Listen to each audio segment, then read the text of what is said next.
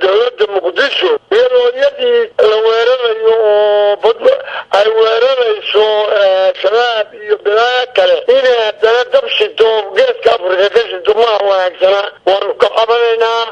aad iyo aad baanu uga qabanaynaa muqdisho aad baanu uga qabanaynaa ciidan unbay soo wadaa iyadaana hubinaysa waayahay waxaanu kismaayo laga soo qaaday baydhaba kismaayo raggaan kaqabanay ama dhaawacnay bay kamid ahayaan aanu gaydo siideenay kamid ama waaba haynaa kuwa laga soo meel kastaba ayaa ka dagaalamaya taladeed waa joogto markay qabsadaan dee soomaalinimada waa ka tagi kartaao